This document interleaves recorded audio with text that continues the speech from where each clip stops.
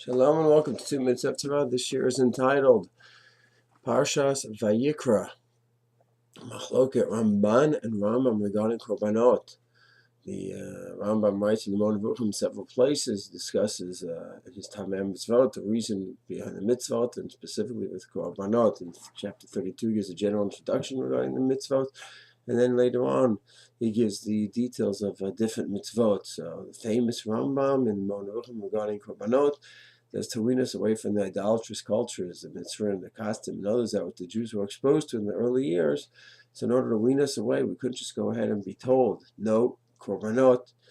We need to go ahead and be weaned off of the Korbanot of the idolatrous cultures. So Hashem went against it by going ahead and saying those very deities which they were used and worshipped, you're going to sacrifice them, you're going to sacrifice them to Hashem, and it's going to be through the halachic system. And it's going to change the whole attitude away from polytheism to true monotheism, and it's going to be a whole tahaliyah, step-by-step process. That's the Rambam in a nutshell. Of course, he needs to be read inside to really appreciate his shita properly. The Ramban goes ahead and attacks it seriously. He says, Chas v'shalom, Chalila, let's talk this way. These are divrei havai. To think that the whole thing's just to uproot idolatry and it's not a positive experience, it's not true. It is a positive experience. It's to go ahead and metake in ourselves, in all three parts of us, in our thoughts, in our deeds, in the feelings. So we do a vidoy on the animal that represents our deeds. We burn the innards of the animal, represents our feelings inside, and there's a whole positive process to Korbanot, the Ramban says on Perek Aleph Pasuk Tet.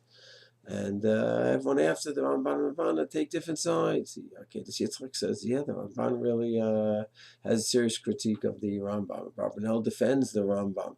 The Or Sameach, Meshach Chochma tries to say that the different Korbanot had different roles. The Bama were actually used for to uproot idolatry. The Mikdash is really l'chatchila ideal.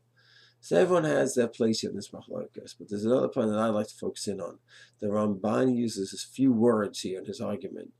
Havai, nonsense, when he's describing the Rambam, and Halila, to think such a thing.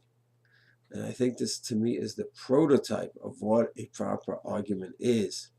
Because we all know the Ramban during the Maimonidean debate, when the French rabbis and others were attacking, condemning, and banning the Rambam, who was the one who wrote the most beautiful letter, the letter to the French rabbis in defense of the Rambam? Of course, it was the Ramban.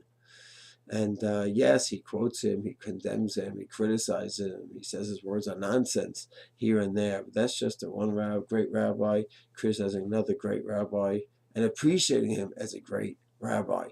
To me, the Ramban really typifies the act of debate in a good, healthy manner, to criticize the man's ideas, but not criticize the person, and respect the person, love the person, and see him as a great leader of Klal Yisrael and defend him in that way while arguing over some of his ideas in a most critical and harif manner.